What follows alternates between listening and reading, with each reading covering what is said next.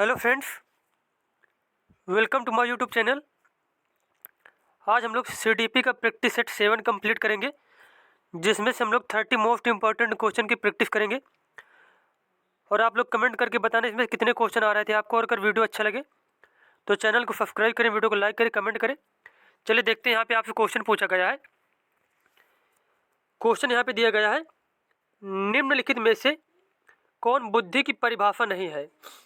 अब यहाँ पे बुद्धि की परिभाषा बताई गई है, पूछा गया है कौन सी बुद्धि की परिभाषा नहीं है।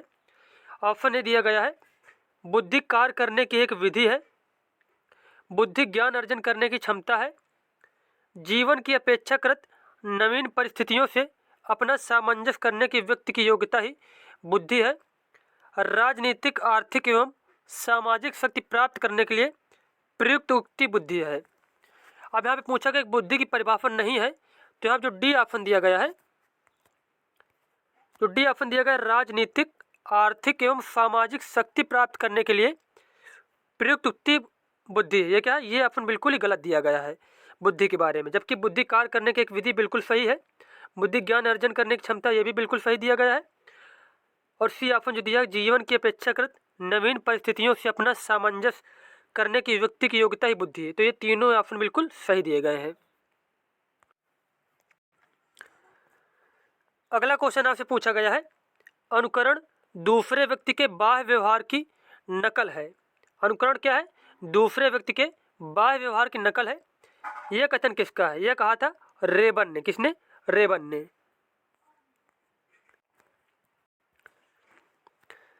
नेक्स्ट क्वेश्चन आपसे पूछा गया है, आप अपनी कक्षा के बच्चों के बौद्धिक विकास में परिपक्वता लाना चाहते हैं, इसके लिए आप निम्न में से किसका चुनाव करेंगे।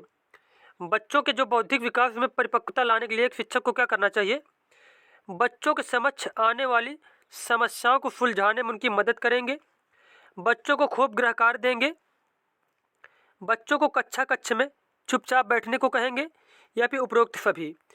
तो एक शिक्षक को अगर बच्चों में क्या करना है, परिपक्वता लाना, तो उसके लिए एक शिक्षक को करना चाहिए बच्चों के समक्ष आने वाली समस्याओं को सुलझाने में उनकी मदद करेंगे। तो ए ऑप्शन यहाँ पे बिल्कुल ही सही हो जाएगा।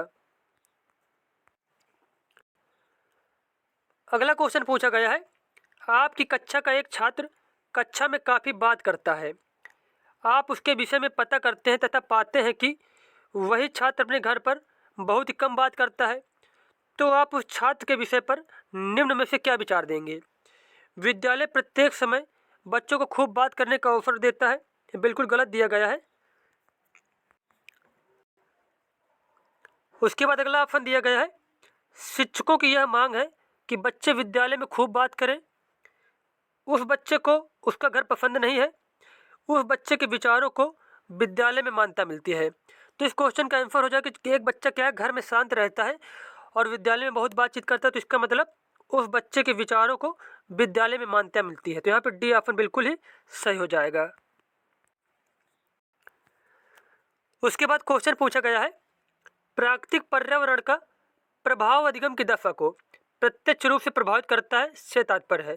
जो प्राकृतिक पर्यावरण का प्रभाव है अधिगम की दशा को प्रत्यक्ष रूप से प्रभावित करता है, इससे क्या तात्पर्य है। जलवायु तथा वायुमंडलीय दशाओं का योग बालक की बौद्धिक निष्पत्ति तथा सृजनशीलता पर गहरा प्रभाव डालते हैं।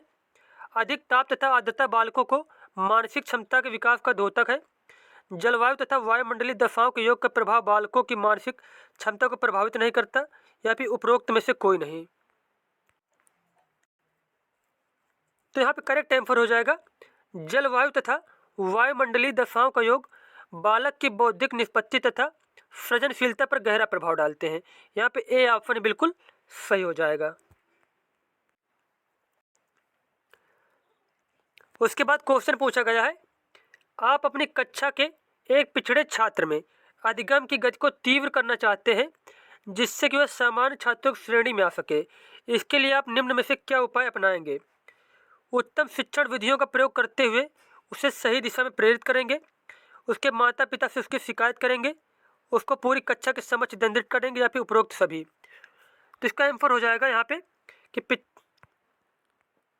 पिछड़े छात्र में अधिगम की गति को तीव्र करना चाहता है अगर कोई शिक्षक, उसके लिए उसको क्या करना चाहिए, उत्तम शिक्षण विधियों का प्रयोग करते हुए उसे सही दिशा में प्रेरित करेंगे। तो यहाँ पे ए ऑप्शन बिल्कुल ही सही हो जाएगा। उसके बाद नेक्स्ट क्वेश्चन दिया गया है, किसी बालक में संवेग आवश्यक है क्योंकि संवेग बालक की संवेगात्मक अनुक्रिया है। बालक की उद्दीप्त अवस्था है जो किसी उद्दीपक के संदर्भ में अनुक्रिया द्वारा व्यक्त की जाती है। बालक द्वारा किसी विशेष दशा में दिया गया प्रत्युत्तर है। बालक के संगठित व्यवहार को प्रदर्शित करता है। तो यहाँ पे आपसे पूछा गया है, किसी बालक में संवेग आवश्यक है क्योंकि संवेग क्या है? संवेग बालक द्वारा किसी विशेष दशा में दिया गया प्रत्युत्तर होता है। तो यहाँ पे सी ऑप्शन बिल्कुल ही सही हो जाएगा। उसके बाद क्वेश्चन पूछा गया है, एक अध्यापक को अपनी शैक्षिक क्रियाओं के अभियोजना के समय जातीय भेदभाव के संदर्भ में अपनी शिक्षण प्रक्रिया में क्या अपनाना चाहिए? कठोरता, लचीलापन, न कठोरता ना ही लचीलापन। उसके बाद ऑप्शन दिया गया कठोरता व लचीलापन दोनों। तो इसका आंसर हो जाएगा एक जो शिक्षक उसको क्या करना चाहिए? अपने शिक्षण विधि में लचीलापन अपनाना चाहिए। क्या करना चाहिए? लचीलापन अपनाना चाहिए। तो इस क्वेश्चन के अनुसार यहाँ पे बी ऑप्शन बिल्कुल सही हो जाएगा, लचीलापन इसका आंसर हो जाएगा। उसके बाद क्वेश्चन पूछा गया है, आपकी कक्षा में कुछ बच्चे शारीरिक रूप से निशक्त, कुछ बच्चे मानसिक रूप से निशक्त तथा बाकी बच्चे सामान्य हैं। आपके अनुसार उन्हें कक्षा कक्ष में बैठने की निम्न सी व्यवस्था सर्वाधिक उपयुक्त होगी में से कौन है? मतलब कोई बच्चा क्या शारीरिक रूप से निशक्त है और मानसिक रूप से कुछ निशक्त है और बाकी बच्चे क्या सामान्य हैं। तो इनके लिए बैठने की जो व्यवस्था होगी वो कैसी होनी चाहिए? बच्चों को कक्षा में कहीं भी बैठने की सुविधा प्रदान की जाए। शारीरिक रूप से निशक्त बच्चों को सबसे आगे बैठाया जाए। मानसिक रूप से निशक्त बच्चों को सबसे आगे बैठाया जाए या फिर सामान्य बच्चों को सबसे आगे बैठाया जाए। तो इस क्वेश्चन का सबसे उपयुक्त आंसर हो जाएगा बच्चों को कक्षा में कहीं भी बैठने की सुविधा प्रदान की जाए। तो यहाँ पे ए ऑप्शन बिल्कुल ही सही हो जाएगा। उसके बाद नेक्स्ट क्वेश्चन पूछा गया है, बुद्धि के प्रतिदर्श सिद्धांत का प्रतिपादन निम्न में से किसने किया था? प्रतिदर्श सिद्धांत का प्रतिपादन किया था बुद्धि के थॉमसन ने। किसने?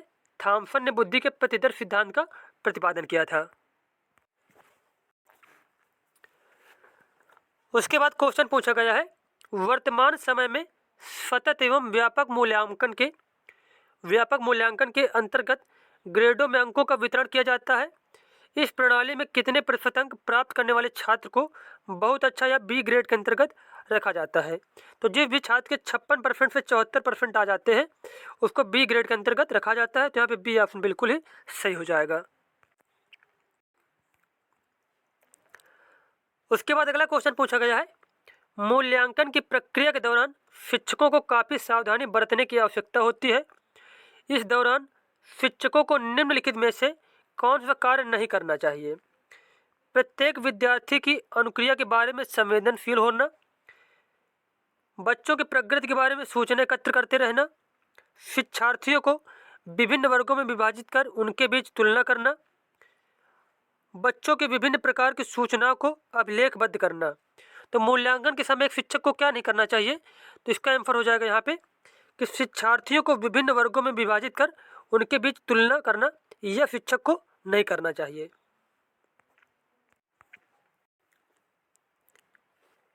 अगला क्वेश्चन यहाँ पर पूछा गया है, आप अपनी कक्षा में अपने शिक्षण के दौरान कड़ी मेहनत करते हैं, फिर भी आपकी कक्षा में काफ़ी शैक्षिक विभिन्नता दिखाई देती है।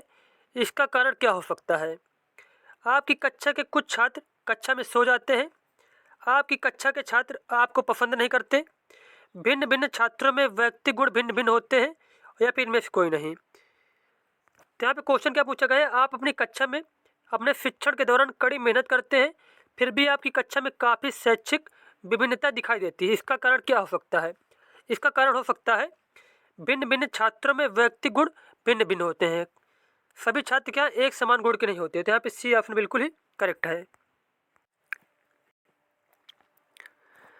अगला क्वेश्चन पूछा गया है, आपकी कक्षा की एक बालिका मीरा विद्यालय में होने वाली प्रत्येक क्रिया के विषय में जानने के लिए सबसे अधिक उत्सुक रहती है। आपकी उसकी इस क्रिया पर प्रतिक्रिया क्या होगी? मीरा क्या कोई एक बालिका या फिर छात्रा है जो क्या सभी चीज़ों की जानकारी लेने में बहुत उत्सुक रहती है। मीरा एक पिछड़ी बालिका है। मीरा एक सृजनशील बालिका है। मीरा का मन पढ़ाई में नहीं लगता। मीरा को खेलना पसंद है। तो इसका आंसर हो जाएगा मीरा क्या, मीरा एक सृजनशील बालिका है। तो यहाँ पे बी ऑप्शन बिल्कुल ही सही हो जाएगा।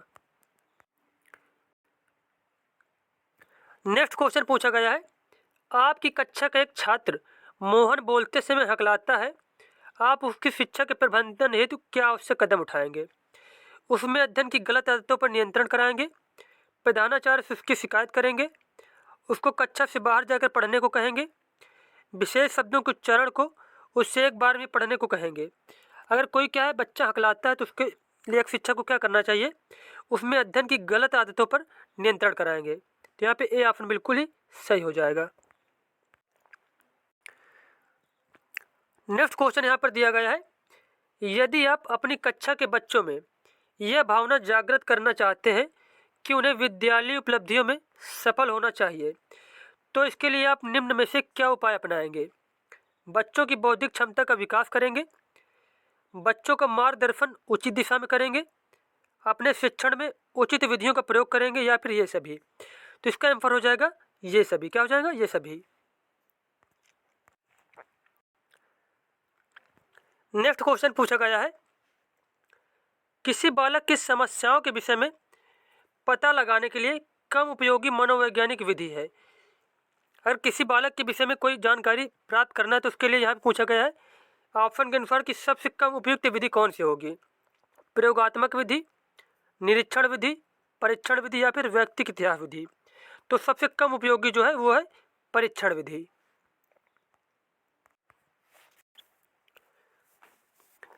उसके बाद क्वेश्चन पूछा गया है, पाठ्यक्रम निर्माण में सर्वाधिक महत्व किसको दिया जाना चाहिए?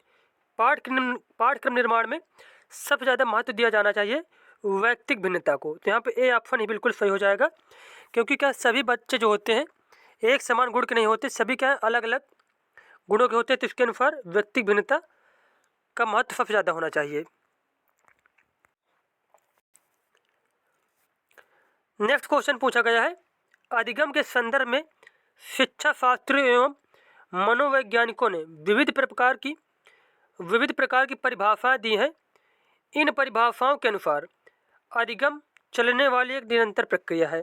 तो अधिगम मतलब सीखना। सीखना क्या होता है? निरंतर चलता रहता है पूरे जीवन भर। तो यहाँ पे ए ऑप्शन बिल्कुल सही हो जाएगा कि अधिगम क्या है? जीवन पर्यंत चलने वाली प्रक्रिया है। नेक्स्ट क्वेश्चन पूछा गया है, बालक अपने चारों ओर जिन वस्तुओं और परिस्थितियों को देखकर जो चिंतन करता है वह चिंतन होता है प्रत्यक्षात्मक चिंतन। कौन सा चिंतन? प्रत्यक्षात्मक चिंतन। नेक्स्ट क्वेश्चन पूछा गया है, आपकी कक्षा में बच्चों के समाजीकरण में आपकी भूमिका है। आपकी भूमिका कैसी होनी चाहिए? बच्चों का बौद्धिक विकास करने में, बच्चों का गृह कार्य करने में, बच्चों को दंड देने में, या फिर इनमें से कोई नहीं? तो एक शिक्षक की भूमिका होनी चाहिए बच्चों के समाजीकरण में, बच्चों का बौद्धिक विकास करने में। बच्चों का बौद्धिक विकास करने में एक शिक्षक की महत्वपूर्ण भूमिका होती है। अगला क्वेश्चन दिया गया है, बालकों के नैतिक विकास को समझने के लिए जीन पियाजे ने निम्न में से कौन सी विधि को अपनाया? साक्षात्कार विधि, तार्किक विधि, जांच पड़ताल विधि, या फिर ये सभी? नैतिक विकास को समझने के लिए जीन पियाजे ने जो विधि अपनाई थी उसका नाम था साक्षात्कार विधि। अगला क्वेश्चन पूछा गया है, मैं कौन हूँ, क्या हूँ, मैं भी कुछ हूँ आदि ऐसी प्रबल भावनाएं विकास की किस अवस्था की ओर इंगित करती हैं? ये विशेषता होती हैं जब बच्चा समझता है मैं कौन हूँ, क्या हूँ, मैं भी कुछ हूँ। ये सारी इस तरह की भावनाएं आती हैं किशोर अवस्था में। कब आती हैं? किशोर अवस्था में।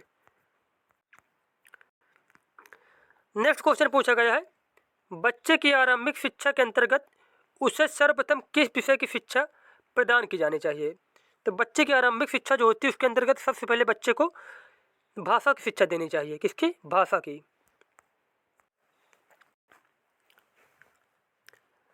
अगला क्वेश्चन आपसे पूछा गया है, अच्छे शिक्षक का उद्देश्य निम्नलिखित में से क्या होना चाहिए? सृजनात्मक सक्रियता में विश्वास करना, अपने जीवन को अधिक सुंदर और सुरक्षित बनाना, जीवन के नए मूल्यों, नए विचारों व परिवर्तनों का स्वागत करना, सभी धर्म व जाति वालों से समानता का व्यवहार करना। अच्छे शिक्षक का उद्देश्य होना चाहिए कि जीवन के नए मूल्यों, नए विचारों व परिवर्तनों का स्वागत करना। तो यहाँ पे सी ऑप्शन बिल्कुल ही करेक्ट हो जाएगा। सी ऑप्शन बिल्कुल ही करेक्ट हो जाएगा। अगला क्वेश्चन दिया गया है, बाल केंद्रित शिक्षा में पाठ्यक्रम का स्वरूप नहीं होना चाहिए। तो बाल केंद्रित शिक्षा में पाठ्यक्रम का स्वरूप कैसा नहीं होना चाहिए? लचीला, आर्थिक आवश्यकताओं के अनुसार, पूर्व ज्ञान पर आधारित या फिर वातावरण के अनुकूल। तो यहाँ जो बी ऑप्शन दिया गया है कि आर्थिक आवश्यकताओं के अनुसार बाल केंद्रित शिक्षा में पाठ्यक्रम का स्वरूप नहीं होना चाहिए। तो बी ऑप्शन बिल्कुल ही सही हो जाएगा। उसके बाद नेक्स्ट क्वेश्चन दिया गया है, कोहल वर्ग के अनुसार नैतिक विकास का प्रथम चरण है। कोहल वर्ग के अनुसार जो नैतिक विकास का प्रथम चरण है उसे बोलते हैं दंड एवं आज्ञा पालन की अभिमुखता। इस चरण में क्या होता है, बच्चा जो भी कार्य करता है वो दंड और पुरस्कार पाने की वजह से करता है। तो बिल्कुल ऑप्शन ए जो है सही हो जाएगा। अगला क्वेश्चन आपसे पूछा गया है, आपकी कक्षा में एक शिक्षार्थी 10 को नेट तथा सा को वाज पढ़ता है, वह ग्रस्त है। वह किससे ग्रस्त है? इसका आंसर हो जाएगा वह डिसलेक्सिया से ग्रस्त है। क्योंकि डिसलेक्सिया से संबंधित जो बच्चे होते हैं, जो डिसलेक्सिया से प्रभावित होते हैं, उनमें पठन क्षमता क्या हो जाती है, वो मतलब पठन क्षमता अच्छे से पढ़ नहीं पाते किसी चीज़ों को। तो यहाँ पे सी ऑप्शन बिल्कुल ही सही हो जाएगा। नेक्स्ट क्वेश्चन यहाँ पर दिया गया है, आपकी कक्षा में कुछ छात्रों की दृष्टि कमजोर है परंतु वे पढ़ने में भी कमजोर हैं। वे आपसे निवेदन करते हैं कि वे श्याम पट्ट पर देख नहीं पाते तो उन्हें आगे बैठने की अनुमति दें। तो आप ऐसी स्थिति में क्या करेंगे? उन्हें डांट देंगे कि पढ़ने में तुम मन नहीं लगता और आगे बैठना चाहते हो। उन्हें चश्मा प्रयोग करने की सलाह देंगे। उनकी इच्छा अनुसार उन्हें आगे बैठा देंगे जिससे वे श्याम पट्ट पर लिखा देख सकें। उनके लिए अलग कक्षा की व्यवस्था शुरू करेंगे। तो यहाँ पे सी ऑप्शन बिल्कुल सही हो जाएगा। उनकी इच्छा अनुसार उन्हें आगे बैठा देंगे जिससे वे श्याम पट्ट पर लिखा देख सकें। नेक्स्ट क्वेश्चन आपसे पूछा गया है, शिक्षा की पाठचर्या बदलती रहनी चाहिए क्योंकि समाज शिक्षा को इसके लिए विवश करता है। समाज की आवश्यकताएं बदलती रहती हैं, इससे इस समाज में परिवर्तन आता है। पाठचर्या सामाजिक निर्देश का पालन करती है। तो अब जो पाठचर्या दी गई है बदलती रहती है, क्यों बदलती रहनी चाहिए? इसका आंसर हो जाएगा कि समाज की आवश्यकताएं बदलती रहती हैं, इसी वजह से शिक्षा की पाठचर्या क्या है, बदलती रहनी चाहिए। तो यहाँ पे 30 क्वेश्चन कंप्लीट हो गए। मिलते हैं नेक्स्ट वीडियो में। धन्यवाद।